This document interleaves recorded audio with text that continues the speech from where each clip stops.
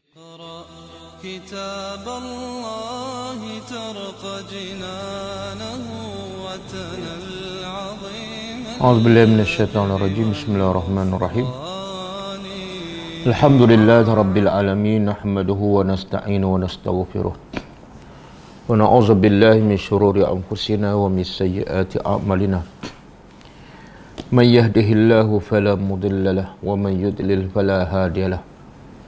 أشهد أن لا إله إلا الله وحده لا شريك له وأشهد أن محمدا عبده ورسوله. سبحانك لا علم لنا إلا ما علمتنا إنك أنت العليم الحكيم. اللهم علمنا ما ينفعنا وانفعنا بما علمتنا وزدنا علما. اللهم أتي أنفسنا تقواها وزكها أنت خير من زكاها أنت وليها ومولاها. Rabbi yassir wa la tu'assir, Rabbi tammi bil khair, amma ba'du. InsyaAllah pagi ini kita sambung tadabbur surah Al-Mutaffifin. Kita sampai ayat ke-21. InsyaAllah hari ini kita sambung ayat 22. Sebelum tu, kita tengok pengejaran daripada ayat-ayat lepas dan kaitan dengan ayat hari ini, insyaAllah. Ayat yang lepas, setelah Allah memberitahu tentang kedudukan rekod amalan. Kedudukan rekod amalan seseorang, sama ada rekod amalan al-fujjar, orang-orang yang jahat, orang-orang yang berdosa, ataupun rekod amalan al-abrar, yang selalu berbuat kebaikan. Jadi kedudukan rekod amalan di mana dia letak adalah menunjukkan tentang kemuliaan amalan dan kemuliaan orang yang melakukan amalan. Jadi Allah beritahu rekod amalan al-fujjar lafi sijjin, di tempat yang paling bawah, di lapis bumi yang ketujuh, ataupun sijjin juga di tempat yang sempit, tempat yang sempit. Kemudian Allah beritahu punca rekod amalan mereka diletak di tempat yang paling bawah, menggambarkan hinanya amalan mereka dan hinanya orang-orang yang beramal dengan amalan tersebut. Puncanya ialah wailun yauma idzil lil mukazzibin. Mereka mendustakan hari allazi yukazzibuna biyaumiddin. Mereka mendustakan hari pembalasan. Dan Allah beritahu tidak ada yang mendustakan hari pembalasan melainkan kullu mu'tadin asim, orang yang berdosa. Kemudian Allah bagi tahu lagi antara punca mereka tak nampak kebenaran, mereka tak nampak hari akhirat ialah sebab mereka tidak mentadabbur Al-Quran. Dan punca mereka tidak mentadabbur Al-Quran ialah punca dosa-dosa yang telah menutupi hati mereka. Idza tutla alaihi ayatuna qala asatirul awwalin. Bila dibaca ayat-ayat kami pada mereka, mereka anggap Quran tu tidak ada nilai, hanya sekadar seumpama cerita-cerita dongeng. Maka Allah menempelak mereka, kalla bal, sebenarnya Quran bukan cerita dongeng, dia adalah hidayat, petunjuk yang akan tunjukkan kepada manusia tempat yang paling bahagia, tempat yang paling kekal. Tapi mereka tidak dapat kesan sebab bal rana ala qulubihim, disebabkan ran, dosa di atas hati mereka, makanu yaksibun, apa yang mereka lakukan. Kemudian Allah begitu balasan al-fujjar di akhirat besok ialah mereka lamahjubun, tidak dapat melihat rahmat Allah, tak dapat melihat karamatullah, kemuliaan Allah, dan kemucatnya tidak dapat melihat wajah Allah. Sebaliknya, summa innahum lasalul jahim, mereka akan ditimpa, akan dimasukkan ke neraka jahim. Kemudian Allah begitu pula kedudukan rekod amalan al-abrar, yang suka berbuat kebaikan, suka beramal soleh, iaitu rekodnya akan ditempatkan di tempat yang paling tinggi atas pada langit, lapis langit yang ketujuh. Inna kitabal abrari lafi illiyin. Dan kitab ini disaksikan oleh al-muqarrabun. Kita dah sebut minggu lepas, al-muqarrabun ada dua pendapat. Pertama, disaksikan oleh para malaikat. Tapi Syekh Shalih Al-Utsaimin mengatakan al-muqarrabun ialah orang yang manusia, iaitu mereka yang banyak melakukan amal soleh yang mendekatkan mereka kepada Allah. Kita sampai situ kan. Jadi hari ini, setelah yang lepas Allah cerita kedudukan rekod amalan Al-Abrar, rekod amalan sahaja, buku amalan. Maka hari ini Allah nak ceritakan nikmat yang akan diperolehi oleh Al-Abrar. Hari ini Al-Abrar akan mendapat nikmat. Apa nikmatnya? Kalau rekod mereka, rekod amalan mereka menggambarkan mereka ni adalah mulia, iaitu rekod mereka diletak tempat yang paling mulia, maka mereka sendiri apa keadaan mereka? Kita tadabbur. A'udzubillahi minasyaitonirrajim.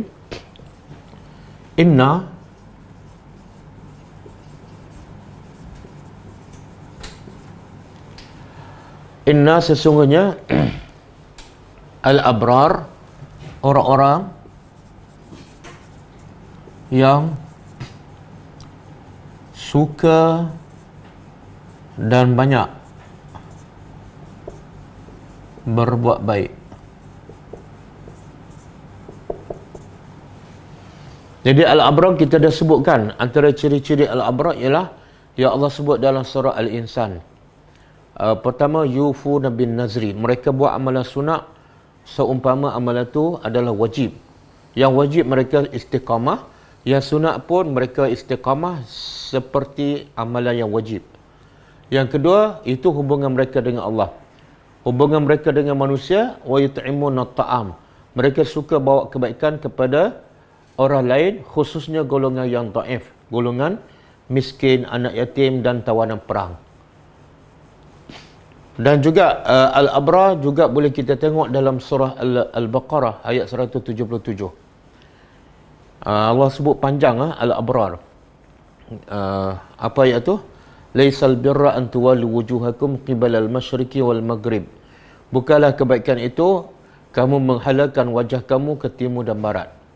Walakinnal birra, akan tetapi kebaikan ni. Al-Abrar orang yang berbuat kebaikan. Al-bir kebaikan. Kebaikan yang sebenar ialah man amana billahi wal yaumil akhir. Orang yang beriman dengan Allah, hari akhirat, dengan kitab Al-Quran, dengan para malaikat, dengan qada dan qadar, dengan Rasul. Tapi itu tak cukup. Al-Abrar juga yang kedua ialah wa atal mala ala hubbihi. Dia sentiasa memberi harta yang dia suka, yang dia sayang kepada golongan miskin, golongan zawil qurba, kaum kerabatnya, golongan ibnu sabil, termasuklah anak yatim. Itu dua, hubungan dengan orang. Yang ketiga, wa yuqimuna shalah, mereka mendirikan salat dan mengeluarkan zakat. Itu dua, hubungan Allah dengan hubungan manusia. Kemudian yang ketiga, akhlak. Wal mufuna bi ahdihim iza ahadu, mereka menunaikan janji.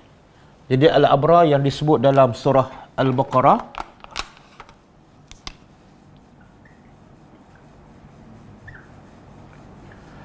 dalam surah Al-Baqarah ayat 177. Satu, beriman dengan rukun iman. Yang kedua, suka bantu orang-orang miskin, kaum kerabat,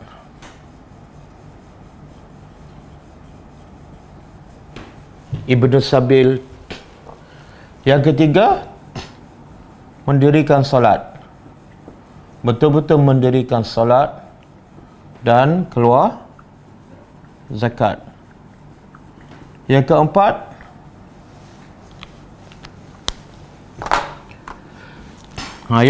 ni akhlak mulia.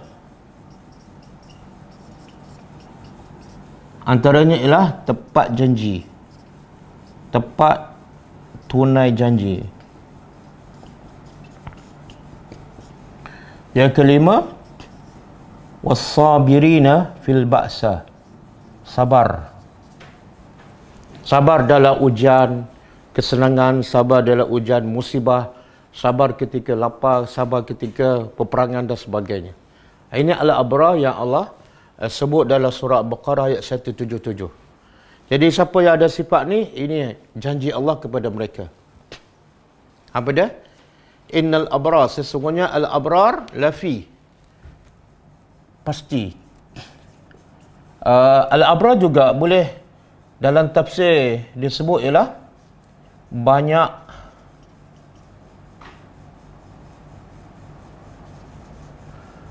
buat baik,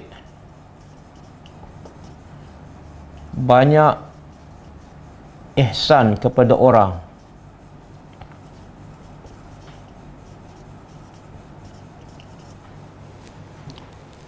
Jadi orang-orang yang suka buat baik pada orang, suka ihsan kepada orang, dalam syurga pasti fi dalam naim, nikmat. Nikmat di sini ialah beza tak nikmat syurga dengan nikmat di dunia? Yang ni naim ni ialah nikmat di akhirat. Dan berbeza, naim dalam syurga ialah naimun fil abdad, nikmat pada badan, dan naimun fil qalbi, nikmat dalam hati. Berbeza dengan dunia. Kadang-kadang kat dunia kita tengok orang tu nikmat pada badan dah sihat, makanan cukup, tapi hati tak nikmat. Hati menderita. Ataupun sebaliknya, orang tu rasa nikmat dalam hati tapi makanan dia tak sedap. Rumah dia pun panas. Beza naim dalam syurga ialah nikmat pada badan fizikalnya, yang kedua nikmat dalam hati.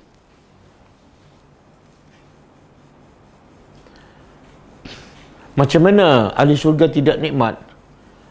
Nikmat dalam hati, contoh apa dia? Allah kata, bila Allah gambarkan kematian tu dalam bentuk kibas, kemudian disembelihkan. Kemudian Allah berkata kepada ahli syurga, khuludun la maut. Kekallah kamu dalam syurga dan tidak ada kematian. Dalam syurga ni kamu tasihhu wala tamrudu, kamu sentiasa sihat dan tidak akan sakit. Tan'amu wala tab'asu, dan kamu sentiasa dalam nikmat dan kamu tak akan celaka. Tashubbu wala tahrumu, dan kamu sentiasa muda dan kamu tidak akan tua abadan, selama-lamanya. Bila dengar tu, dia akan nampak nikmat pada mukanya berseri dan hatinya gembira. Okey, jadi bila sebut naim ni bukan sebarang naim. Naim iaitu nikmat pada fizikal dan hati. Kemudian Allah dah gambarkan antara bentuk nikmat ahli syurga ialah alal araiki. Mereka duduk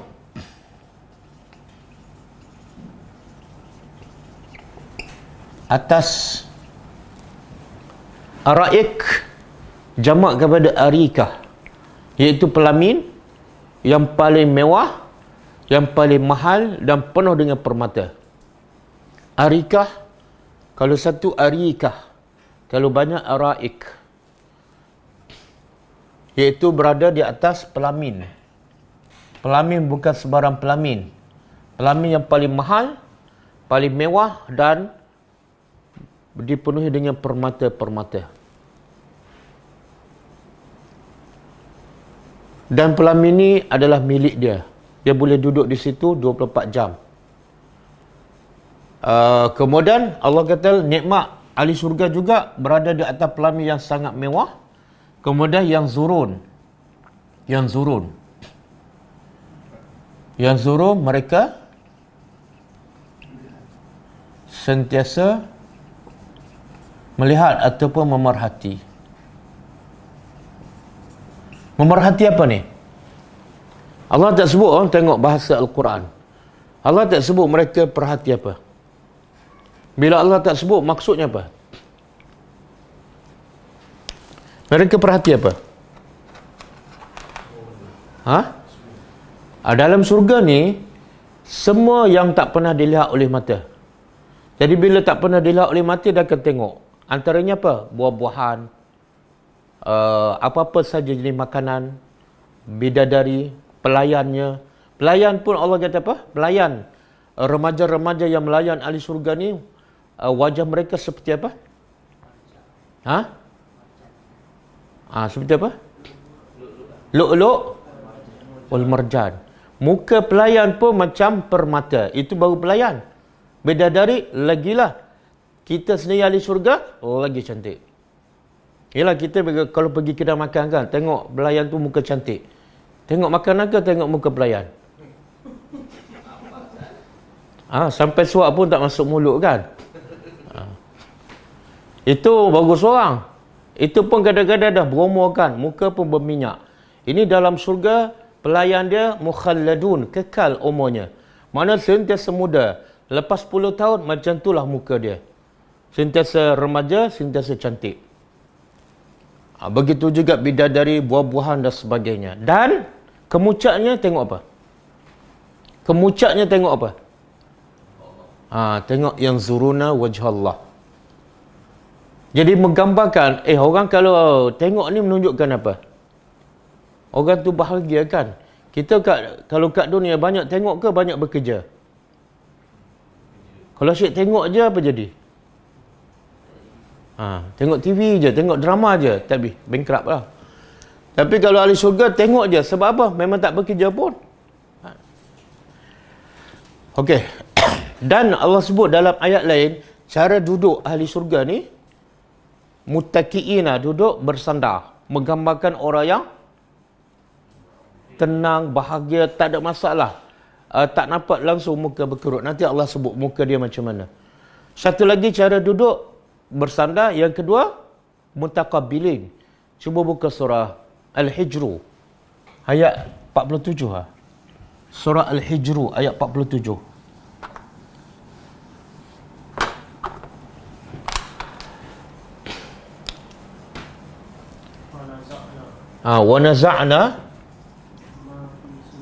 Wa naza'na ma fi sudurihim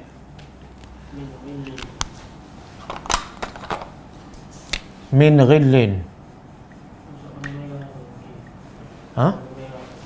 Tak sama, tiga-tiga dah sama dah. Ana dapat ke tiga-tiga dah. Lama-lama dia kurang. Wa naza'na ma fi sudurihim min ghillin. Lepas tu ikhwanan ala sururin mutaqabilin. Tengok berita gembira.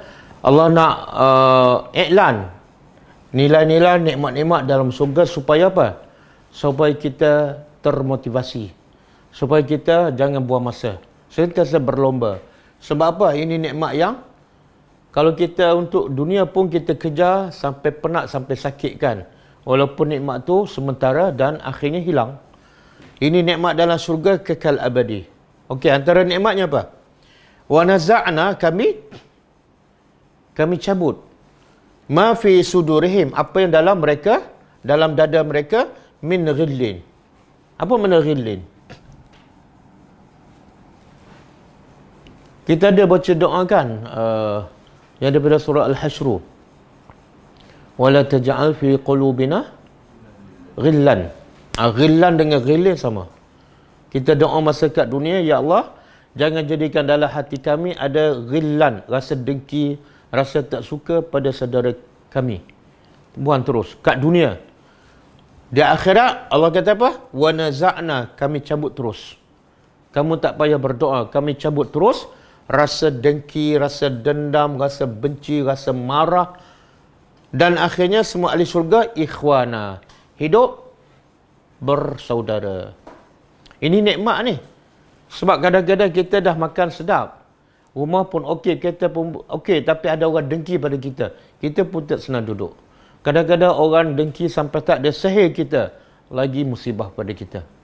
Tapi kat dunia nikmat macam mana pun tak ada siapa dengki, kita pun tak jealous kepada orang. Sebab apa? Allah dah cabut buang.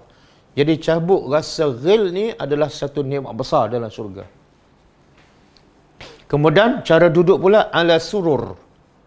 Sekali Allah guna perkataan araik, sekali Allah guna perkataan surur, makna dia sama. Kalau nak terjemah surur ni makna katil. Kalau satu sarir, kalau banyak surur. Tapi bila sebut katil ni sebenarnya untuk apa? Untuk tidur. Di syurga tidur tak? Tak. Sebab itulah surur ni terjemahan dia ialah pelamin. Pelamin yang maksud dia sama dengan araik. Jadi cara duduk ahli syurga tidak rasa dengki, tidak marah, tidak dendam, semua adalah ikhwan, bersaudara. Kemudian cara duduk pula mutaqabilin. Sepatah aja perkataan tapi menggambarkan nikmat. Apa makna mutaqabilin? Menghadap. Saling menghadap. Jadi apa nikmatnya bila kita duduk menghadap antara satu sama lain? Dia pasti nikmat. Kalau bukan nikmat, Allah tak akan sebut. Dalam perkataan mutaqabilin nikmat. Apa nikmatnya?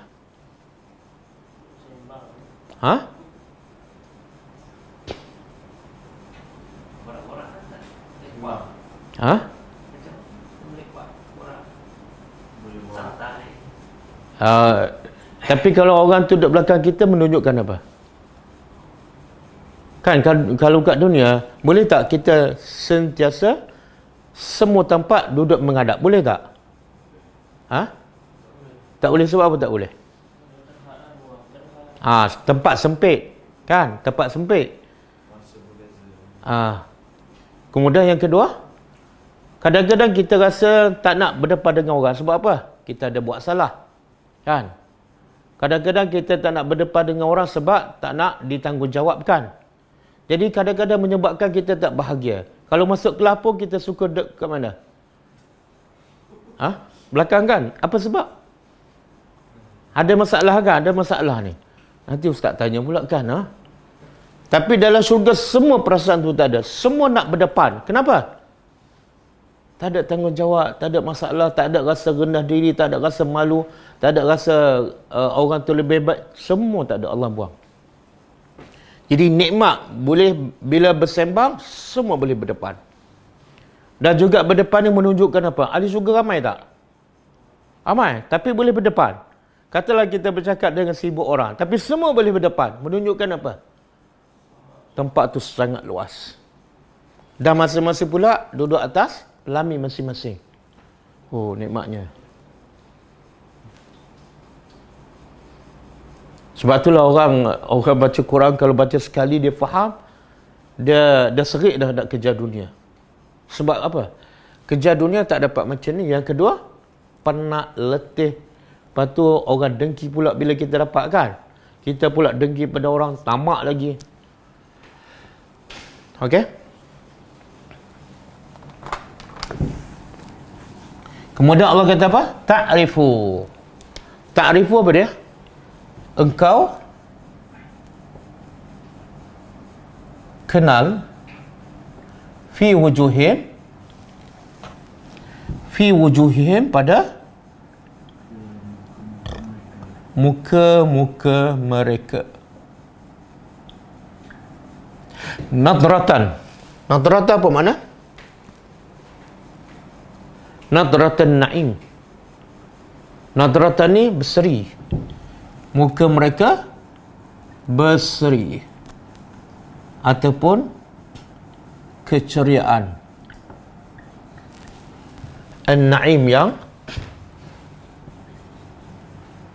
penuh nikmat.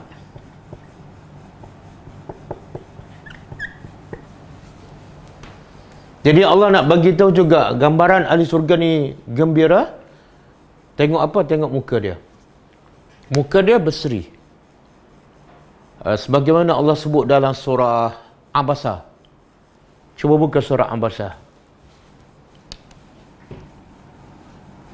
Ayat berapa ni? Wujuhun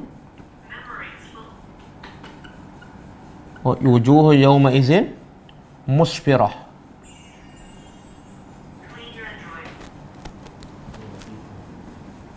Dhahikatun mustabsyirah.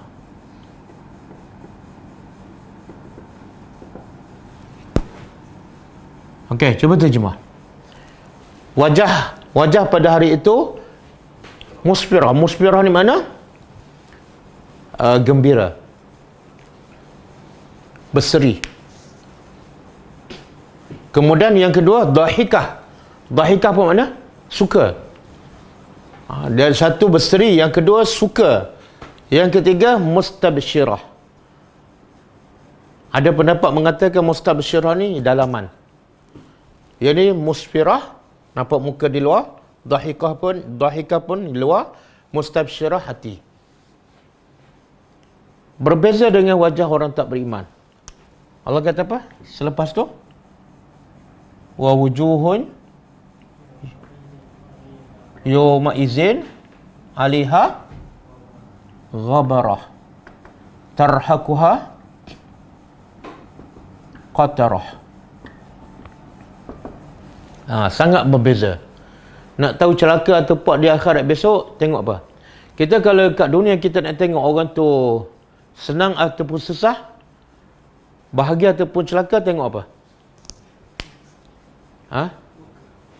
Apa dia? Tak, muka tak boleh pakai sangat.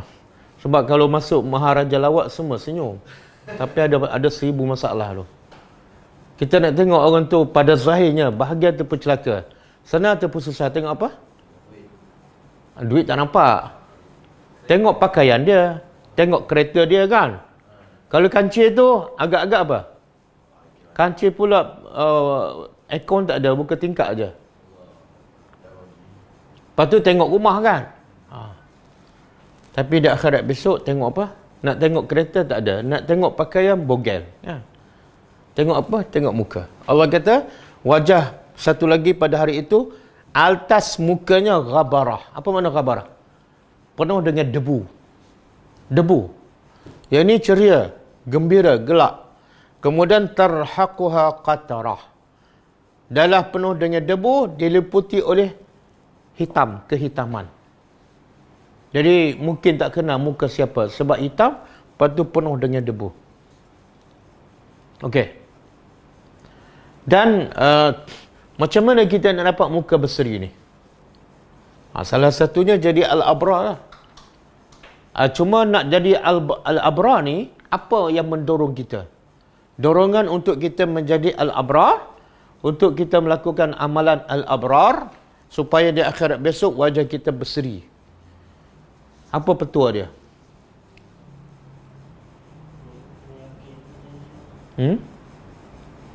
Apa yang mendorongkan untuk kita yakin dan kita beramal dengan amalan abrar? Apa petua? Ada apa ni? Kosmetik ke apa? Tak ada pun. Ada juga tak ada pun, tapi tak ada masalah. Tengok apa al-abrar buat sehingga muka dia Allah bertukar menjadi berseri. Apa dia buat? Cuba tengok surah Al-Insan. Allah kata apa? Inna nakhafu yauman. Surah Al-Insan ayat 10 ke 11. Inna nakhafu yauman. Inna nakhafu yauman. Yauman abus. Inna nakhafu min rabbina. Inna nakhafu min rabbina yauman abusan qamtarira.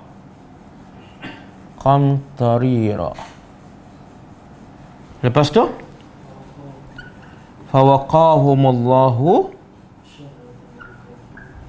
syarra zalika al-yawm. Kemudian walaqahum nadratan wa surura. Tengok apa al-abrar buat masa kat dunia sehingga wajahnya berseri di akhirat. Ini petua dia. Kata al-abrar, inna nakhafu, kami sentiasa takut, min rabbina, daripada Tuhan kami. Takut apa ni? Takut pada azab, takut pada dosa, menyebabkan kami sentiasa taat, sentiasa patuh pada perintah Allah. Dan bila kami buat dosa, kami takut dosa, kami terus bertaubat. Kenapa? Sebab hari itu, yauman, hari itu, kami juga takut hari abusan. Abusa daripada abasa. Apa makna abasa? Abasa wa tawalla.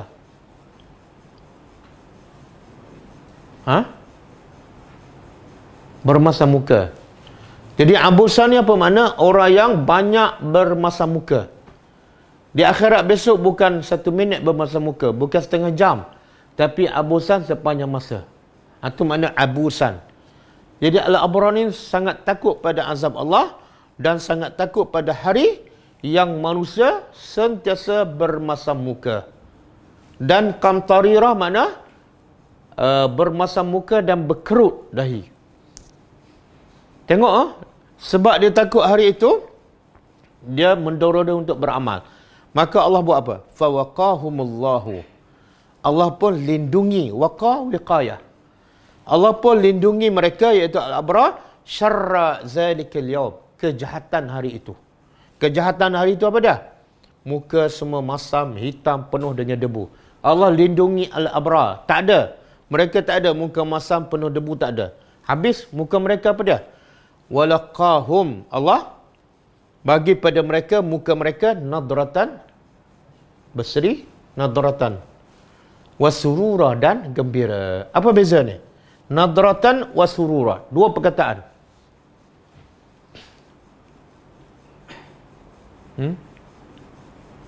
Apa beza? Ya. Nadrah ni Allah nak beritahu muka dia berseri, nampak. Sururah, hati gembira. Kenapa Allah beritahu dua? Kenapa dua? Sebab Allah tahu kat dunia muka berseri tapi belum tentu hati gembira, kan? Kadang-kadang PKP dia angkat tapi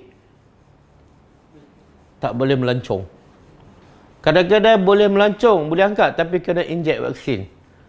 Muka nak suka dah tapi hati hangat, kan? Jadi dalam surga muka berseri, hati gembira. Macam mana? Apa petua dia? Sentiasalah takut pada hari semua manusia, kebanyakan manusia sentiasa bermasam muka dan perbanyakkan amal soleh. Amalan al-abrar. Semoga Allah waqana syarra zalikal yaum. Allah lindungi kita daripada kejahatan hari tersebut dan menjadikan muka kita nadratan wasurura, insya-Allah. Okey. Apa lagi nikmat al-abrar? Yusqauna, mereka diberi minum.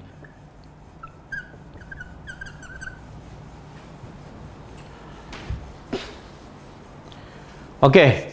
Allah kata diberi minum. Minum apa ni? Min rahiqin, dari rahiq. Apa makna rahiq? Rahiq apa dia?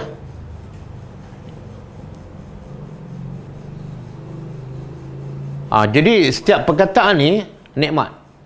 Mutaqabilin nikmat, nadrah nikmat. Apa dia? Bukan. Kitab Rahikul Makhtum memanglah. Kitab Sirah Rahikul Makhtum diambil daripada perkataan ni. Makna dia nak beritahu apa? Kalau siapa belajar sirah, dia ikut sirah, dia akan dapat Rahikul Makhtum. Cuma nak faham apa makna? Tak. Itu mungkin makhtum, tapi rahik itu apa dia? Good morning. Assalamualaikum lah. Kenapa good morning? Okey. Dia terjemah apa?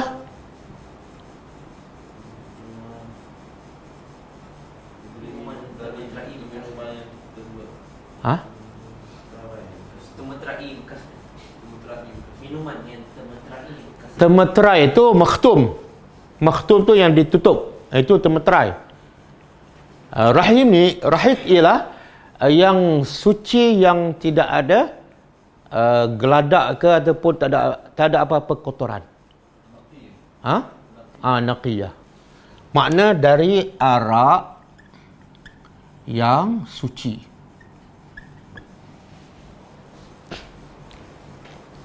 Sebab makanan kat dunia, minuman kat dunia ni, last sekali ada geladak kan? Last sekali ada geladak. Kadang-kadang sebelum kita minum dah ada sampah, ada semut dan sebagainya. Kadang-kadang minum serbuk kopi kan? Kadang-kadang termakan dengan serbuk sekali. Kan? Tu tak ada. Kat dunia tak ada. Kat akhirat tak ada. Kemudian makhtum. Makhtum yang ditutup. Ditutup. Ditutup dengan apa ni? Tak disebut. Cuma dalam perkataan makhtum tu ada nikmat. Apa nikmatnya? Ditutup pun nikmat. Dimeterikan. Sentiasa terjaga keasliannya. Mana kita nak minum? Benda dalam botol yang telah dibuka ataupun yang belum dibuka? Kenapa? Sebab bila dia dah dibuka, makna apa?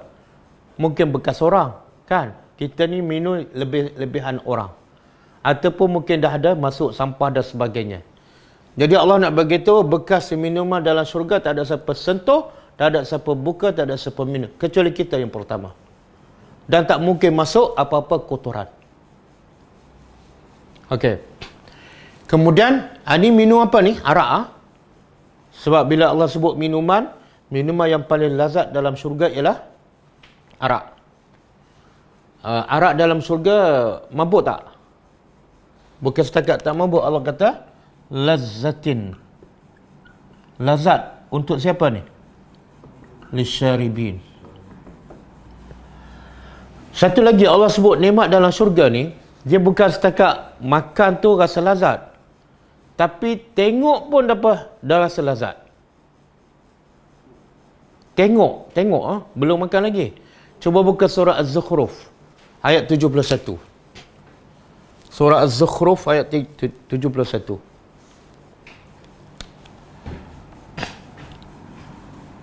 Wa fiha ma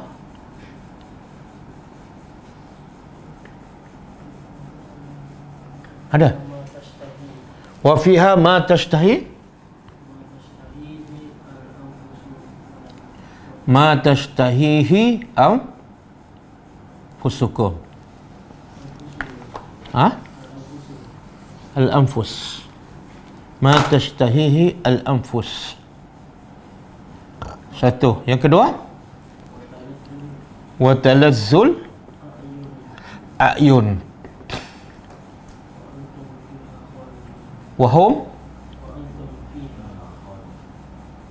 Wa antum fiha khalidun. Zukhruf ayat 71. Tengok nikmat. Memang orang yang dah baca Quran tapi tak berlomba juga untuk dapat nikmat dari syurga memang pekak lah. Pekak badak. Allah kata apa? Wa fiha, dalam syurga ma tashtahi, apa yang diingin oleh apa nikmatnya? Dalam syurga apa diingin oleh nafsu? Apa nikmatnya? Apa dah? Apa saja terlintas, semua ada. Nikmat tak? Kita berapa banyak kita terlintas daripada kecil sampailah hari ni kan? Agak-agak berapa peratus yang dapat? Tengok rumah teringin, tapi tak dapat-dapat. Tengok kereta teringin, tengok makanan teringin kan? Kadang-kadang dah tua, baru dapat makan makanan yang kita tengok masa kecil. Tapi dalam syurga, apa saja teringin oleh nafsu, semua ada. Bila-bila masa, dari mana-mana. Satu. Yang kedua, wa talazzul a'yun. Nikmat. Apa makna talazzul? Lazat. Lazat apa ni? Yang ni diinginkan nafsu, yang ni lazat pada a'yun. Apa makna a'yun? Mata. Apa maksud tu? Apa nikmat tu? Allah kata menjadikan mata tu rasa lazat melihatnya. Apa nikmatnya?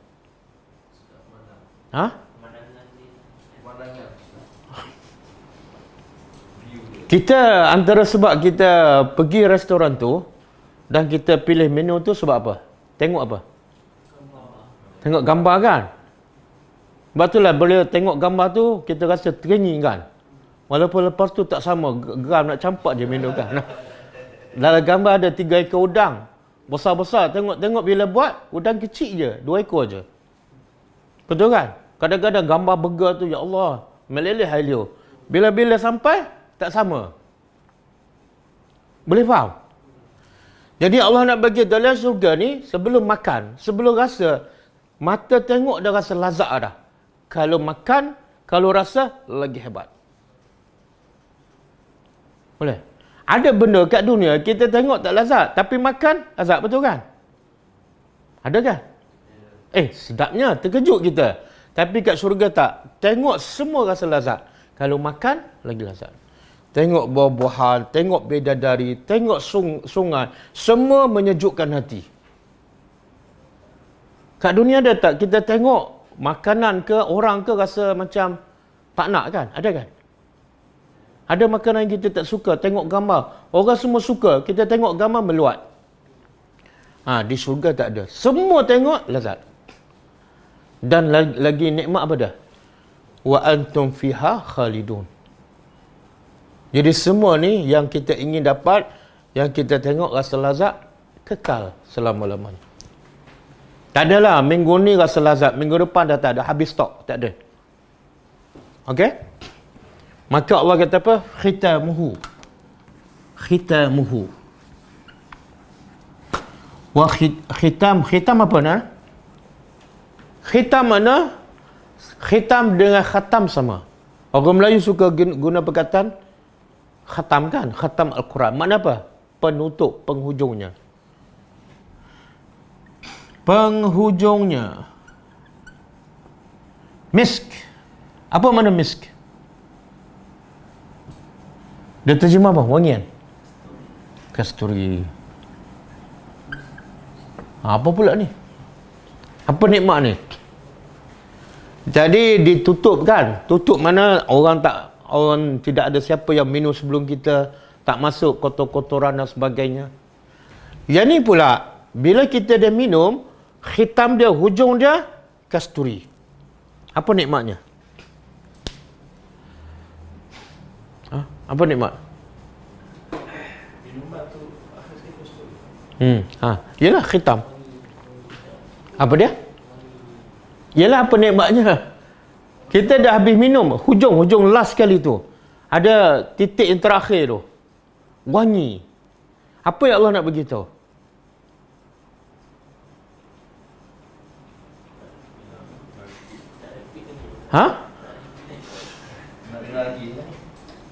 Dia, okey, kalau kita nak rasa nikmat dalam minuman dalam syurga, kita kena bayang banding dengan kat dunia. Bila kita minum apa-apa, kopi ke teh ke, kan? Bandung ke, last kali apa dia? Kadang-kadang pahit kan? Kadang-kadang manis sangat sebab gula tak kacau kan? Kadang-kadang serbuk kan? Tapi Allah nak beritahu, yang last kali minum dalam syurga, wangian kasturi, makna yang sebelum tu, lagi hebat. Ini dah last ni, masih wangi lagi. Tak ada serbuk, tak ada geladat, tak ada apa. Sebab apa? Miskun. Satu. Yang kedua, bila di hujung dia kita nak minum lagi tak? Kalau kat dunia, bila di hujung dia gula, manis pula kan, nak minum lagi tak? Boleh tak? Tengok Allah promote syurga dalam Al-Quran. Supaya apa ni? Apa faedah?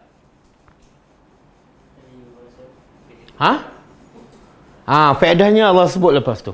Wa fi zalika, dan pada yang demikian itu, demikian ni, apa dia ni? Minuman, saya tak sebut tadi, yusqauna. Allah guna perkataan yusqauna. Mereka diberi minum. Itu pun nikmat. Dalam perkataan yusqau, baris je. Tengok bahasa Arab. Kalau yasquna, mereka minum. Mereka minum. Tapi ubah baris, ubah. Yusqauna. Dan lain makna. Kalau yusqau makna mereka diberi minum. Nikmat tak? Berubah baris je, nikmat. Apa dia? Apa menunjukkan yusqauna? Ada orang bagi. Tak payah masuk dapur, tak payah kacau, tak payah panaskan air. Sentiasa ada orang bawa. Siapa? Wildan, pelayan. Berapa lama? Sepanjang masa. Dan Allah gambarkan wildan tu sebagai apa? Yatufuna alaihim mukhalladuna. Ada satu ayat tu Allah kata ka'annahum lu'lu mansura. Pelayan tu seumpama permata yang bertaburan. Okey, apa makna mansura? Lu'lu' mansura. Pelayan, Allah nak cerita nikmat pelayan, bukan ahli syurga lagi ni. Muka dia, rupa dia, satu seperti permata. Yang kedua, posisi dia seperti permata yang bertaburan. Apa nikmat bertaburan tu? Kalau pelayan bertaburan, apa nikmatnya?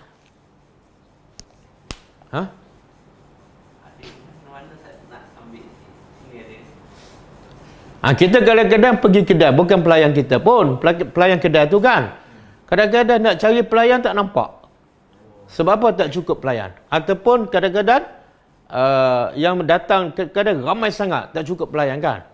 Kadang-kadang ada pelayan, tengok pula dah order, lambat sampai. Tapi di syurga ni, untuk kita saja, ahli syurga seorang, ada pelayan bertaburan. Makna, bila-bila masa, di mana-mana saja, sentiasa bersedia. Jadi tak mungkin kita kena menunggu, kemudian tunggu pula order, kemudian tunggu pula sampai. Tak. Sebab apa? Terlalu banyak mansura. Okey. Bagus tak pelayan ramai? Kau bergelawak? Baguslah sebab muka dia semua cantik remaja kan. Okey, kemudian pada demikian ini, untuk dapat arak yang macam ni, diberi minum wangi, hujungnya wangi, maka falyatanafasi, maka hendaklah tanafus. Tanafus daripada bahasa Arab makna dia nafis. Nafisun. Nafisun makna satu barang yang sangat bernilai. Jadi Allah kata falyatanafasi, hendaklah dia terjemah apa? Berlomba. Berlombalah oleh siapa? Berlombalah oleh pelomba. Boleh? Jadi kenapa Allah guna yatanafasu? Sebab dia daripada berkata nafis. Nafis ni makna benda yang bernilai. Jadi sebab dia bernilai lah kena berlomba. Kalau kita buat slow je, mana benda tu tak bernilai. Boleh?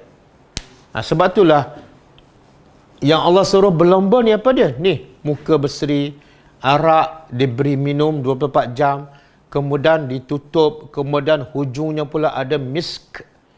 Maka kalau kamu nak, kamu kena berlomba. Tak boleh slow je. Solat pun lambat, solat sunat pun kadang-kadang buat, zikir kadang-kadang terlupa, kadang-kadang buat. Itu bukan mutanafisun.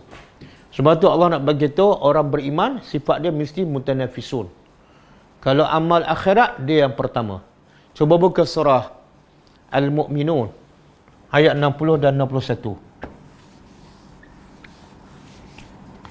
Ayat 60 dan 61.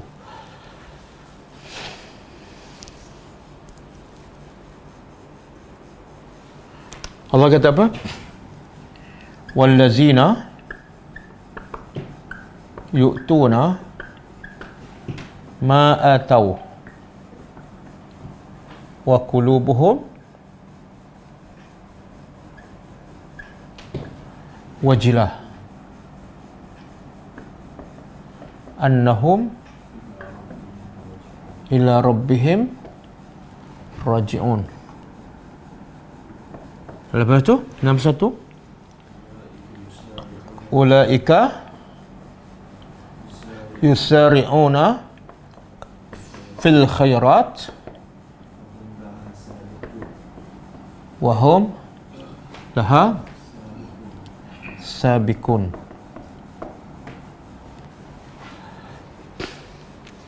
Okey. Cuba terjemah.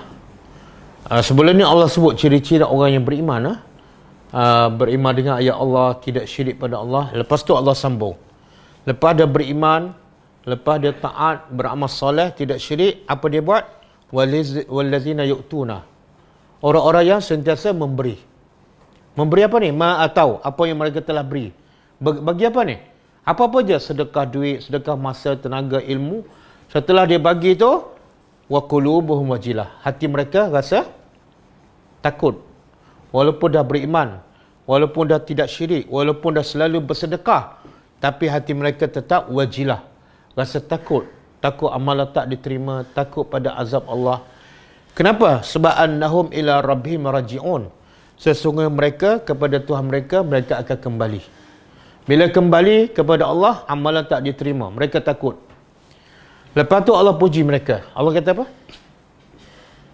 Ulaika, mereka itulah yusari'una. Orang yang bersegera fil khairat, dalam. Allah tak kata yusari'una ila. Beza tak? Bersegera kepada kebaikan dengan bersegera dalam kebaikan. Beza tak?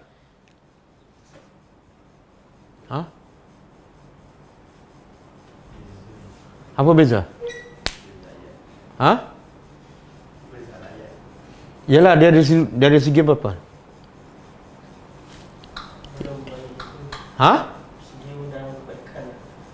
Yalah, apa beza dengan ilah? Fi dengan ilah. Bersegera dalam kebaikan dengan bersegera kepada kebaikan.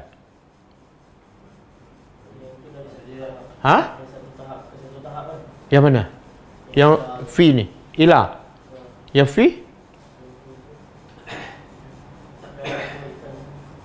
Bukan. Satu benda yang belum dibuat, satu yang tengah dibuat. Yang mana yang dah buat? Yang buat yang atas tu. Fi. Yang ilah ni? Yang kita nak buat nanti. Jadi Allah nak beritahu orang beriman apa dia? Sentiasa buat kebaikan, tapi berlomba. Sebab tu Allah guna perkataan fi. Dia memang dah buat kebaikan, dah dalam kebaikan. Tapi kalau ilah, baru bukan orang beriman, belum beriman lagi. Boleh faham?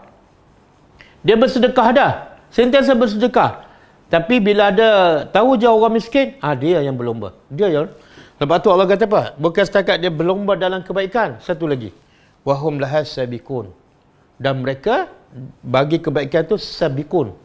Apa makna sabikun? Beza tak? Bersegera dengan sabikun. Beza? Apa dia? Yang ni berlomba, yang ni menang. Subhanallah. Ada orang berlomba tapi selalu nombor gusuk. Berlomba je nombor 3, berlomba je nombor 10 kan. Tapi orang beriman berlomba je nombor 1. Kalau tidak 1, nombor 2. Boleh? Contoh yang paling jelas perlombaan antara Abu Bakar dengan Umar. Dalam satu peperangan, Umar bawa harta dia untuk infak dalam satu peperangan. Nabi pun tanya, ma abqaita li ahlika? Dah kamu bawa semua harta kamu yang banyak ni, apa yang kamu tinggal untuk ahli keluarga kamu? Umar kata, mislahu, separuh. Mana separuh sedekah, separuh simpan. Kan? Lepas tu Umar cukup yakin, lepas ni Abu Bakar tak boleh lawan aku. Sebab dia rasa yang dia bagi separuh tu dah banyak sangat. Aku mesti menang. Ni, sabikun. Tapi bila lepas tu Abu Bakar datang, Nabi pun tanya, ma abqaita li ahlika? Apa yang kamu tinggal untuk ahli keluarga kamu? Abqaitu Allah wa rasulah. Aku tinggal untuk keluarga aku, Allah dan Rasul. Makna dia bagi semua. Lepas tu kata Umar apa dia? Muzul yaum la asbiku Abu Bakar abadan. Mulai sekarang aku tak akan mungkin mendahului Abu Bakar selama-lamanya. Tak mungkin. Nampak tak perlombaan? Okey. Kita ni yusari'u fil khairat ke yusari'u ilal khairat? Ila je sebab hujung minggu kan. Hujung bulan. Sebab itulah kita tadabbur, kalau kita faham, dia akan menjadikan kita apa? Falyatanafasil mutanafisun. Kalau faham. Dan dengan ramai yang student faham Quran, Dia ramai mula bergerak. Untuk apa? Untuk dapat ni, arak. Yang makhtum. Yang khitamuhu misk. Kita dapat maklumat terbaru, macam Ustaz Hafiz di Bota. Dia dah, selepas kita ziarah 2 minggu lepas, 7 asnaf. Lepas tu dia pergi ziarah lagi 20 asnaf. Lepas tu dia cek semua yang nak tak kalau bagi pelajaran percuma, pelajaran agama. Dia kata daripada survey dia, 50 dewasa nak belajar. Dan 20 kanak-kanak nak belajar agama. Itu falyatanafasil mutanafisun. Dia tak ambil masa lama. Dan insya-Allah kita akan sewa satu tempat di Bota untuk buka kelas agama kepada golongan asnaf. Dan kita juga dapat melumat di di Penang. Saudara Juanda mungkin dia dengar ni. Dia pun dah cari asnaf, dia bagi Al-Quran, bagi tazkirah. Dah dapat lebih kurang 10 asnaf. Dan insya-Allah 4 hari bulan ni kita minta pelajar kita yang belah Alostar, Perlis, Sungai Petani, kita akan pergi ke Alostar dan kita akan berjumpa dengan pelajar untuk gerakkan mereka supaya apa? Falyatanafasil mutanafisun. Jangan buang masa. Yusari'una fil khairat. Gerakkan. Kita tak payah pergi jauh sebenarnya. Kalau nak dapat kebaikan, tak payah pergi jauh. Cari orang miskin di sekitar kampung kita, kawasan kita, taman kita. Holongkan bantuan. Kalau tak ada duit, bagi tahu. Semalam pun saya dah transfer kepada yang Penang. Kemudian ada seorang orang Yaman minta bantuan. Kemudian yang Thailand, yang pernah duduk belajar tadabbur di Penang, dia balik Thailand, dia buka kelas agama di situ. Kita bagi semua semalam, saya transfer 5K. Jadi duit tak ada masalah. Cuma kita tu pergi bergerak. Jangan bergantung pada orang. Pergilah cari orang miskin, belakang rumah, depan rumah. Ada je. Mesti ada. Yang semalam yang Penang tu, dia tunjuk gambar ada seorang tu, potong kaki sampai ke paha. Kerja tak ada. Lepas tu dada dia tebuk, ada alat. Untuk bagi makan ke ubat, tak tahulah. Saya tengok pun mengerikan. Subhanallah. Kalau kita santuni mereka, paling-paling kurang mereka akan rasa mereka tidak sendirian. Ada orang yang masih sayang pada mereka. Falyatanafasil mutanafisun.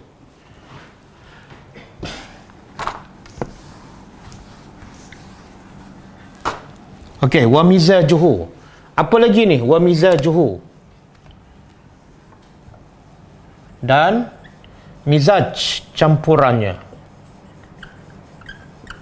Tak cukup dengan minuman rahiq yang bersih, yang suci, ditutup dan hujungnya ada mis. Tak cukup dengan tu, dicampur pula minuman tu min tasnim, dari tasnim. Apa makna tasnim? Jawapan dia selepas itu, iaitu ainan, iaitu mata air. Ainan bukan mata, tapi mata air. Dalam tafsir, ahli tafsir mengatakan tasnim ialah mata air yang paling lazat di syurga. Dia bukan yang sungai empat tu. Yang sungai empat, arak, madu, susu dan air yang diproses. Mata air ni lain. Daripada tempat yang tinggi turun ke bawah. Dan sumbernya, puncanya daripada Jannah Al-Firdaus. Apa faedah bila tasnim dicampur kepada arak? Dia lagi melazatkan arak tu. Arak dah lazat. Bila campur, melazatkan. Kita kan kadang-kadang makan minuman dah sedap, tapi kita nak lazat lagi, kita campurkan. Teh halia kan. Lepas tu kalau teh tu buah apa? Yang biji-biji hitam. Selasih. Sekarang tu yang besar tu. Boba. Semua tu untuk menyedapkan. Begitu juga ada dalam syurga, tapi tak sama. Kemudian mata air ni diminum oleh siapa? Yashrabu. Diminum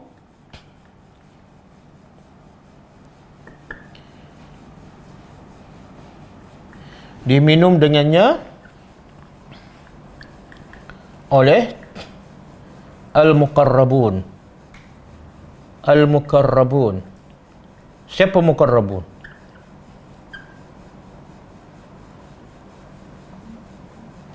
Muqarrabun. Siapa muqarrabun? Orang tanya, macam mana ustaz saya nak minum arak ni? Jawapannya, jadilah muqarrabun. Macam mana nak jadi muqarrabun? Jawapannya, jadilah al-abrar.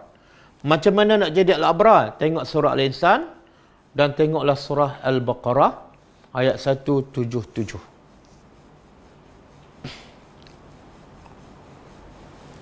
Dan kita biasa dengarkan kisah bagaimana sahabat-sahabat ni, bukan Abu Bakar, Umar je, semua sahabat berlomba untuk buat kebaikan. Yang miskin pun berlomba. Bila Nabi istiar perang, sahabat-sahabat yang miskin terus jumpa Nabi, merayu pada Nabi, bawa kami untuk pergi berjihad. Nabi menangis. Nabi kata, aku tak ada apa-apa untuk bawa kamu. Unta pun tak ada, duit pun tak ada. Maka orang miskin, sahabat yang miskin tu menangis. Sebab apa? Tak boleh nak berlomba. Tak boleh nak berlomba, menangis. Dan ada satu hadis yang sahih. Orang-orang miskin ni berkata kepada Nabi, kata, Zahaba ahlud dusur. Telah pergilah orang-orang yang kaya. Apa dia? Bil karamat, dengan kelebihan-kelebihan, wan naimil muqim, dan nikmat yang kekal. Nabi pun tanya, kaifa zalika? Bagaimana orang kaya tu pergi dengan nikmat dan darjah yang tinggi? Maka orang miskin bagi tahu, sallu kama sallaina. Mereka salat sebagaimana kami salat. Wajahadu kama jahadna. Mereka berjihad sebagaimana kami berjihad. Tetapi bila mereka tasaddaku, kami tak boleh nak sedekah sebab kami miskin. Jadi orang miskin jealous. Orang kaya ada kelebihan. Salat, okey, tak ada masalah. Kami boleh salat. Jihad, kami boleh berjihad. Tapi bila mereka sedekah, kami tak ada. Tengok. Jealous, dengki pada benda yang baik. Maka Nabi pun bantu bagi solusi. Apa dia? Nabi kata, nak tak aku bagi tahu pada kamu satu amalan, kalau kamu buat, kamu sama dengan orang kaya tu. Kamu akan sama dengan orang dahulu dan kamu akan mendahului orang yang akan datang. Apa dia amalan? Simple je. Apa dia amalan tu? Zikir apa?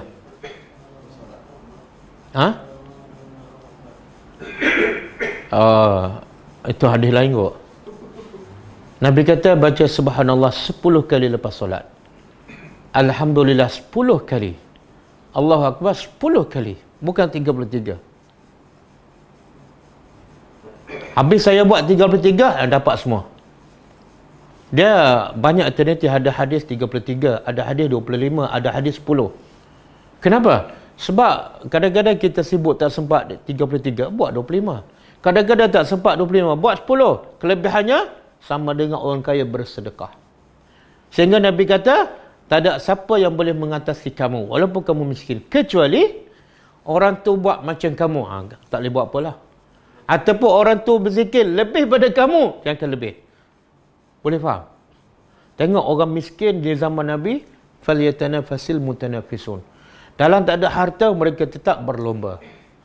Dan dalam hadis yang lain, Nabi sebut daripada Ibnu Abbas, pada solat raya, Nabi solat raya bagi khutbah, lepas tu Nabi bagi khas tazkirah untuk wanita. Nabi dorong mereka supaya bersedekahlah. Supaya apa ni? Falyatanafasil mutanafisun. Bila Nabi bagi tazkirah, wanita-wanita sahabat masa tu juga buang, apa dia panggil, anting-anting yang rantai kat leher, semua dia buang bagi sedekah. Hanya dengan tazkirah Nabi. Kenapa? Falyatanafasil mutanafisun. Kan? Kita mana ada sedekah tu terus buang masa tu juga kan? Ustaz boleh tak bagi nombor akaun kan? Tapi tak transfer pun. Contohlah. Okey. Dan kita pernah dengar hadis, saya nak gambarkan. Sahabat-sahabat betul-betul tadabbur ayat ni. Mereka betul-betul berlomba. Satu pagi kan, Nabi tanya para sahabat, siapa kalangan kamu yang puasa sunat hari ini? Abu Bakar angkat tangan, ana. Nabi tanya soalan kedua, siapa kalangan kamu hari ini dah ziarah orang sakit? Abu Bakar angkat tangan, ana. 2. Nabi tanya soalan ketiga, siapa yang kalangan kamu hari ini dah bagi makan orang miskin? Abu Bakar angkat tangan, ana. Ini bukan riak ni. Dia menjawab soalan Nabi. Dia bukan bagi tahu, tapi dia menjawab soalan Nabi. Soalan keempat, siapa yang pagi hari ini dah mengiringi jenazah? Abu Bakar angkat tangan, ana. Berapa semua? Puasa sunat, ziarah orang sakit, iringi jenazah, bagi makan orang miskin. Berapa? Dalam satu hari. Siapa yang buat ni? Abu Bakar dah jamin tak masuk syurga. Syurga paling tinggi selepas para Nabi. Abu Bakar kalau tak berlomba, tak buat amalan 4 ni, dia tetap tak dapat masuk syurga tinggi. Ya. Tapi kenapa dia buat juga? Falyatanafasil mutanafisun. Lagi banyak amalan, lagi jadi orang muqarrabun. Lagi dekat dengan Allah. Semangat tu kita tak ada kan? Sebab apa? Walaupun Abu Bakar baca ayat yang sama kita baca, tapi kita baca tak masuk kat sini. Betul? Kita berlomba juga, tapi untuk dunia. Lepas cari dunia, simpan. Bila nak bagi, nak keluar, berkira. Semoga Allah buka pintu hati kita, bagi kekuatan untuk kita termasuk golongan yang falyatanafasil mutanafisun. Dan kita termasuk dalam golongan al-abrar ataupun al-muqarrabun. Okey, cukup Okey. Sementara tunggu soalan, saya insya-Allah mulai hari ini saya akan baca ni. Satu buku dosa-dosa yang dianggap biasa. Dosa ni dilakukan oleh hampir semua orang.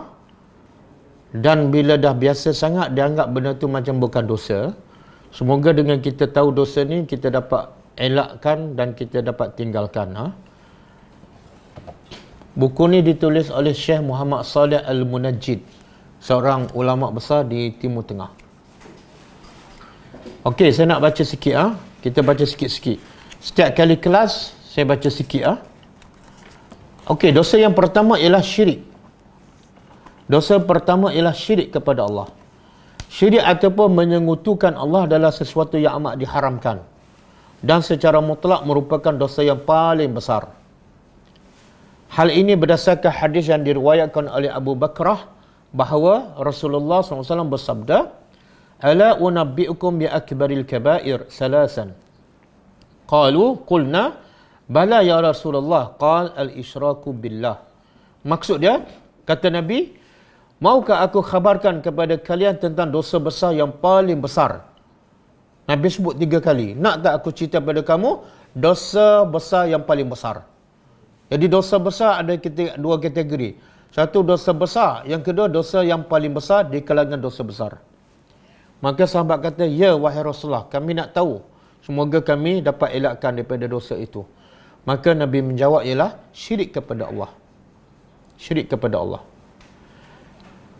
Kemudian kata penulis, setiap dosa berkemungkinan diampunkan oleh Allah kecuali dosa syirik. Semua dosa Allah akan ampunkan di akhirat besok. Kecuali satu dosa, iaitu syirik. Bila tak bertaubatlah. Kalau bertaubat, Allah ampunkan semua dosa, walaupun syirik.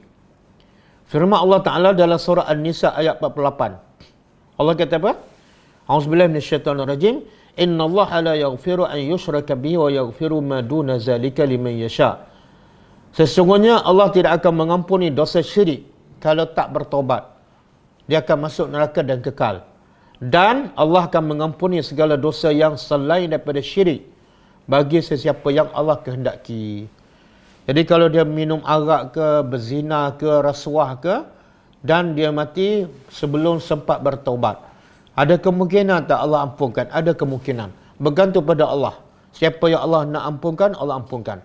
Tapi bagi orang beriman, dia kena bertaubatlah. Cuma kalau dia tak bertaubat, ada kemungkinan tak dia ampunkan? Ada kemungkinan. Kecuali dosa syirik. Okey. Di antara contoh dosa syirik adalah syirik besar. Syirik ini menjadi penyebab keluarnya seseorang daripada agama Islam. Dan orang yang bersangkutan jika meninggal dalam keadaan demikian akan kekal dalam neraka.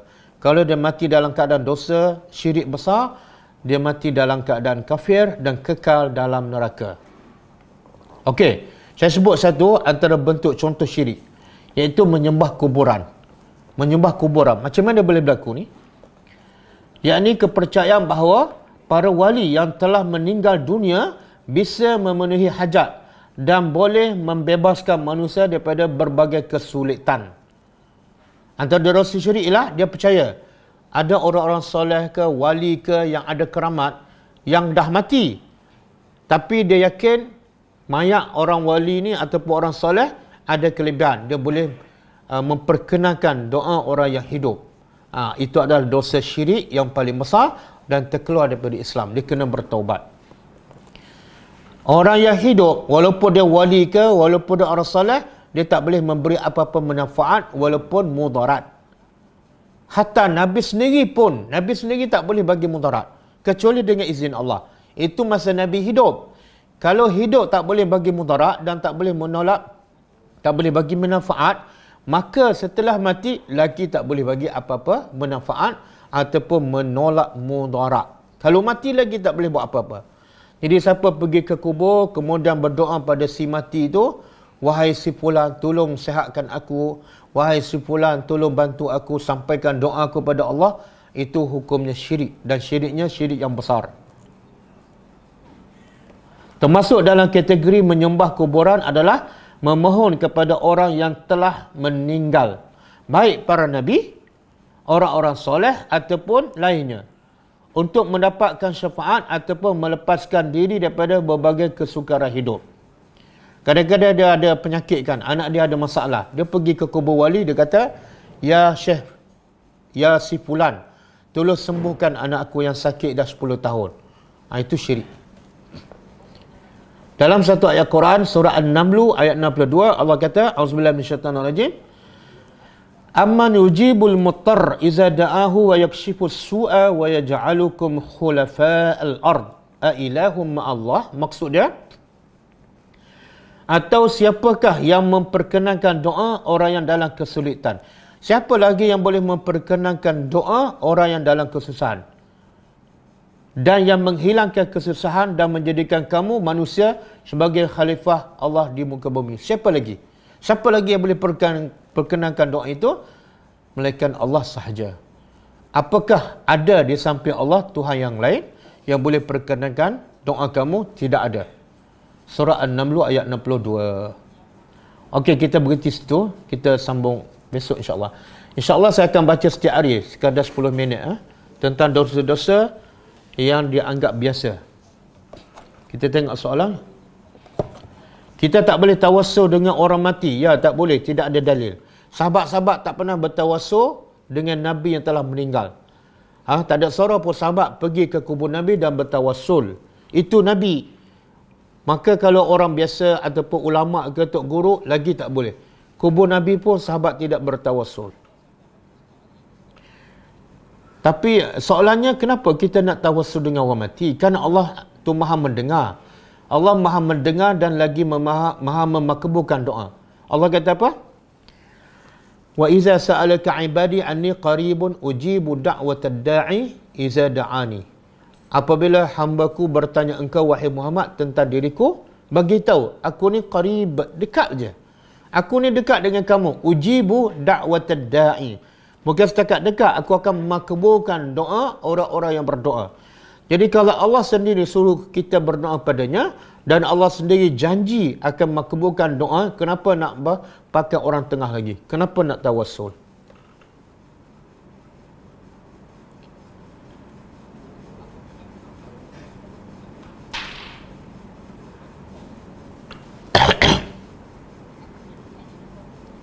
Okey.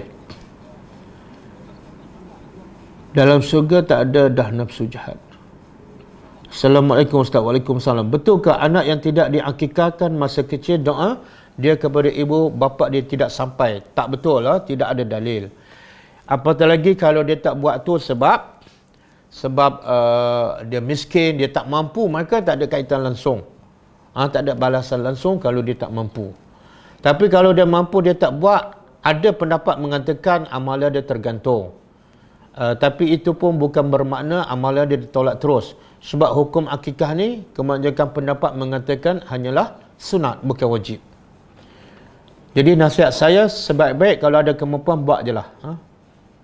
Walaupun dah tua.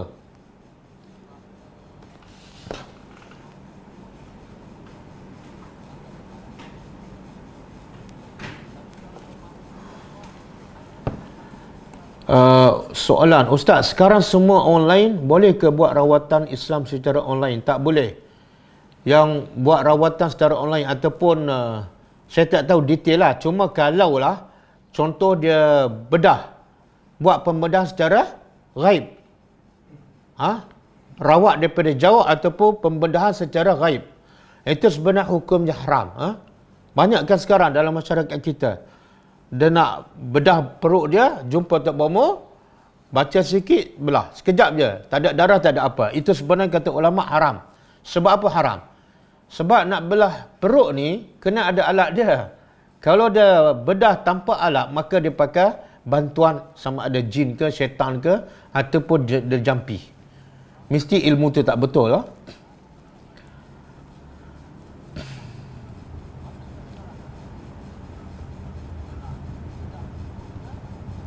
Di mana boleh dapatkan buku ni? Saya tak tahulah. Buku ni saya tak tahu di mana boleh dapatkan. Boleh Google lah. Sebab ini ada orang hadiah pada saya. Buku ni bagus lah. Google je. Cari kat Shopee Mart. Assalamualaikum Ustaz. Waalaikumsalam. Macam mana nak betulkan anggapan bila dah mati sedekah boleh dibuat oleh waris? Masa hidup ni fokus untuk hidup. Sedekah sikit-sikit sudahlah. Anggapan bila dah mati sedekah boleh dibuat oleh waris. Maknanya kalau kita, yang Nabi kata bila mati anak Adam terputus amalannya kecuali 3. Salah satu apa dah? Sedekah. Sedekah jariah tu si mati akan dapat bila dia bersedekah masa hidup. Dia bersedekah yang sedekah pahalanya terus mengalir. Seperti buat masjid, buat perigi untuk orang miskin, buat rumah orang miskin. Jadi untuk dapat pahala sedekah tu yang terbaik ialah orang yang masih hidup dia buat sedekah masa hidup. Jangan mengharapkan yang bila dia mati baru orang sedekah pada dia. Sebab tak sama kalau dia sedekah masa hidup itu betul-betul harta dia. Betul-betul harta dia dan lagi ikhlas. Tapi kalau bila dia mati dia harapkan orang sedekah, itu bukan harta dia. Cuma dia akan dapat pahala sedekah. Mungkin dapat, mungkin tak dapat. Yang orang buat pula mungkin ikhlas, mungkin tak ikhlas. Jadi sedekah yang terbaik ialah kita sedekah masa hidup. Sedekahlah banyak-banyak. Sebab tu orang paling cerdik ialah Abu Bakar. Abu Bakar dia sedekah semua harta masa dia hidup. Bukan dia pesan pada kawan-kawan, bila aku mati baru sedekah. Tak. Wallahualam. Assalamualaikum Ustaz. Soalan kita tak boleh amalkan surah. Kita tak boleh amalkan. Suruh Ustaz doakan anak-anak dalam apa-apa hal ataupun urusan. Apa maksud ni?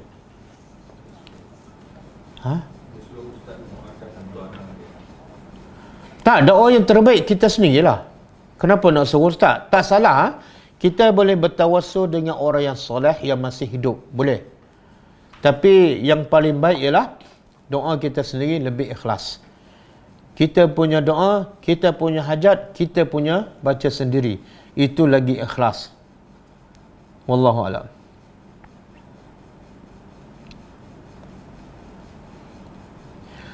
Assalamualaikum Ustaz. Kita berpuasa sunnah, ada kawan ajak WhatsApp, ajak minum. Apakah tindakan terbaik menurut sunnah? Menurut sunnah ialah kalau kita tak terima jemputan dia dan dia pun tak kecil hati dan kita pun tak riak, maka terbaik kekalkan puasa. Jangan berbuka. Sebab kelebihan orang puasa ni Nabi kata apa? Siapa yang berpuasa satu hari kerana Allah, tak kira lah hari Isnin ke hari apa, tapi dia puasa kerana Allah, maka dia dah selamatkan daripada neraka selama 70 tahun. Pahalanya sangat-sangat besar. Jadi kerana nak minum segelas air, nak jaga hati kawan, maka janganlah. Kecuali kawan kita lama tak jumpa, dia pun berhajat sangat, dan bila kita pergi pun dia seronok, raikanlah dia. Sebab menggembirakan kawan pun adalah antara amalan yang paling disukai oleh Allah Subhanahu Wa Taala. Bagi semula tajuk buku tu. Buku ni boleh dosa-dosa yang dianggap biasa. Dosa-dosa yang dianggap biasa oleh Syekh Saleh Al-Munajjid. Syekh Muhammad Saleh Al-Munajjid. Dosa-dosa yang dianggap biasa. Sangat bagus buku ni. Banyak dosa-dosa yang kita buat kita tak sedar. Sama ada jahil ataupun dosa tu kita dah biasa sangat buat. Assalamualaikum Ustaz. Waalaikumsalam. Bolehkah seseorang berkahwin dengan anak tiri kepada kakaknya? Dengan anak tiri kepada... Ini saya tak boleh bagi jawapan. Saya kena cek dulu. kahwin dengan anak tiri kakak kepada kakaknya? Saya tak boleh jawab ni. Wallahu alam. Assalamualaikum Ustaz. Waalaikumsalam. Bila sampai pada tanda untuk sujud, kalau kita tolak sujud, apakah bacaannya? Tak ada apa-apa bacaan. Ha? Kalau sampai tanda menara tu, disunatkan sujud. Tapi kalau kita tak sujud, tak ada apa-apa amalan ataupun zikir yang boleh menggantikan. Sebab hukum sujud tu pun hanya sunat saja. Jangan buat benda baru. Sama ada sujud ataupun tak sujud, dan jangan baca apa-apa. Ustaz, bagaimana nak lembutkan hati ibu yang sangat marah, sangat sampai tak nak maafkan walaupun dah merayu-rayu? Dia, Allah kata, innallaha la yughayyiru ma biqaumin hatta yughayyiru ma bi anfusihim. Maksudnya sesungguhnya Allah tidak akan mengubah nasib seseorang sehinggalah orang tu mengubah dirinya sendiri. Kita tak boleh buat apa. Kalau orang tak nak berubah, kita tak boleh nak buat apa. Walaupun dia mak kita, kita hanya boleh bagi nasihat dan kita berdoa je. Semoga Allah buka pintu hatinya satu hari. Sebagaimana Allah nak, Nabi nak hati Abu Talib, pakcik dia yang dia sayang, beriman. Tak boleh. Sebab Abu Talib tak nak. Antara Nabi sayang dengan Abu Talib dengan kita sayang pada mak, Nabi lebih sayang kepada Abu Talib. Sebab Abu Talib ni sangat banyak jasanya pada Islam. Tapi Allah kata apa? Innaka la tahdi man ahbabta walakinnallaha yahdi man yasha. Sesungguhnya engkau tidak boleh memberi hidayat pada siapa yang engkau suka, yang engkau sayang. Engkau tak boleh. Akan tetapi Allah sahaja yang berkuasa memberi hidayat pada seseorang. Doa je. Doa, teruskan usaha, teruskan berbuat baik pada mak, tunjukkan akhlak yang mulia, semoga boleh membuka pintu hatinya.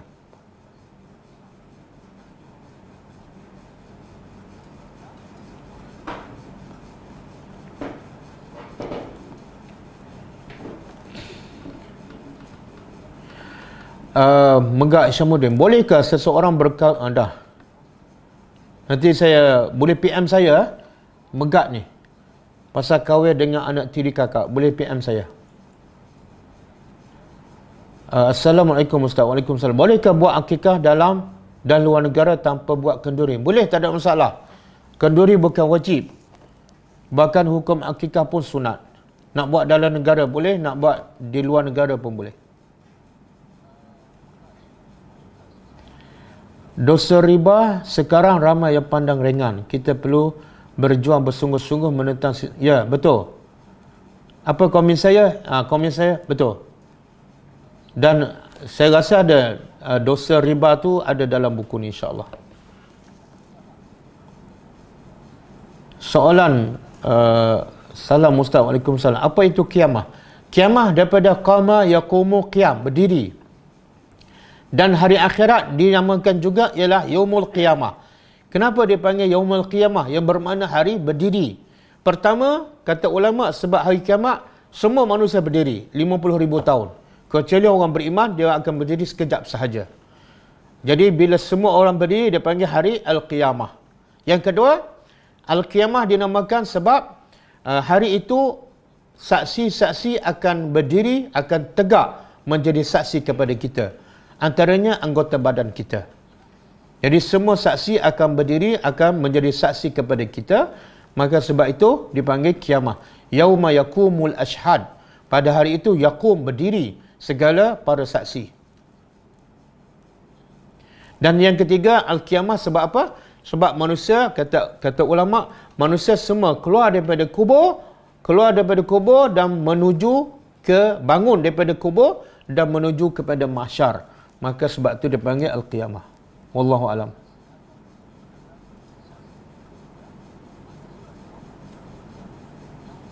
Packing lauk akikah dalam bekas, ya betul. Boleh. Dan hantar kat saya sebekas. Bagaimana dengan duit simpanan si mati Ustaz? Saya nak sedekah semua ataupun pakai. Subhanallah. Duit simpanan si mati, dia bila mati dia bukan duit dia dah. Semua duit orang mati adalah harta kepada pewaris. Bila mati je, tak ada satu sen pun harta dia. Semua akan pergi kepada pewaris. Jadi istilah harta si mati, duit simpanan si mati itu tak ada. Semua duit simpanan dia akan berpindah milik. Kena bagi mengikut faraid. Harga RM2.50 buku? Betul ke? Kita puasa di hari kita hadir jemputan kahwin disebabkan memang hari Isnin, Khamis kita puasa. Jadi kita ke majlis, tapi tak sama saya jawab tadi. Kalau kita puasa Isnin Khamis, kemudian hari itu ada kenduri, sama ada kita tak pergi, kita bagi tahu kepada tuan kenduri, minta maaf saya ada hal. Hal tu maksud puasa lah. Kalau dia kata okey tak payah pergi dan tak perlu berbuka puasa. Daripada kita pergi tapi tak makan, menjadikan apa? Kadang-kadang kita akan jadi riak. Kadang-kadang orang pun pelik lah, apa ni dah puasa, datang juga kenduri. Nak menunjuk ke? Jadi boleh jadi fitnah kepada kita. Jadi kalau hari kita puasa ada kenduri, sebaik-baik jangan pergi, minta izin pada tuan kenduri, bagi tahu saya ada hal tak boleh datang. Siapa yang masuk syurga dapat bertemu dengan Allah dan Nabi? Adakah semua? Ya. Semua ahli syurga akan jumpa para Nabi. Bermula daripada Nabi Adam, Nabi Ibrahim, Nabi Nuh, semua sekali sampai Nabi Muhammad. Semua akan dapat jumpa. InsyaAllah. Salam Ustaz, jika kita buat majlis kesyukuran, ada orang bagi gula ataupun duit, boleh tak kita terima pemberian tersebut? Ada Ustaz lain cakap, amalan tu sia-sia. Betul ke? Pertama, majlis kesyukuran sebenarnya tidak ada dalam Islam. Yang ada ialah syukur. Yang ada ialah syukur. Apa makna syukur? Allah kata, la in syakartum la azidannakum. Kalau kamu bersyukur, aku akan tambah. Apa makna syukur? Iaitu kita gunakan segala nikmat yang Allah bagi untuk mentaatinya. Itu makna syukur. Semakin kita taat pada Allah, semakin kita syukur. Kalau kita dapat rumah baru, contoh, macam mana kita nak bersyukur? Gunalah rumah tu untuk perkara yang Allah suka. Gunakan buat kelas agama, gunakan untuk bagi tazkirah, baca Quran anak-anak satu family, maka kita bersyukur dengan rumah baru. Jadi ada pun buat kenduri kesyukuran, itu bukan makna kita bersyukur. Itu lebih kepada adat orang Melayu lah. Itu satu. Yang kedua, kalau kita buat majlis kesyukuran, orang bagi gula, orang bagi duit, mana dia bagi tu ikhlas kerana Allah. Kalau dia bagi ikhlas kerana Allah, kita boleh ambil je. Kenapa tak boleh pula? Kenapa amalan tu sia-sia? Nabi sebut dalam satu hadis, tahabu. Salinglah kamu memberi hadiah antara satu sama lain, maka kesannya kamu akan saling berkasih sayang. Jadi kita bersangka baik orang tu bagi kerana nak mengeratkan hubungan silaturahim ataupun kasih sayang, sebagaimana disebut oleh hadis, kita boleh terima. Wallahu a'lam.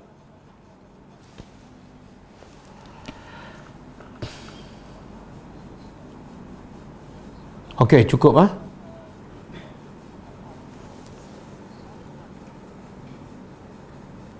Okey, last soalan Nur Hayati Ahmad. Assalamualaikum Ustaz. Waalaikumsalam. Saya nak tanya, Nabi Adam dan Hawa, nama dia Hawa bukan Hawa. Nabi Adam dan Hawa dicampak dari syurga sebab petik buah itu, tapi kenapa bawa tu minta pertolongan Allah suruh lindung daripada hasutan syaitan? Tak, dia kata ulama sebenarnya Nabi Adam dan isterinya Hawa dia keluar daripada syurga.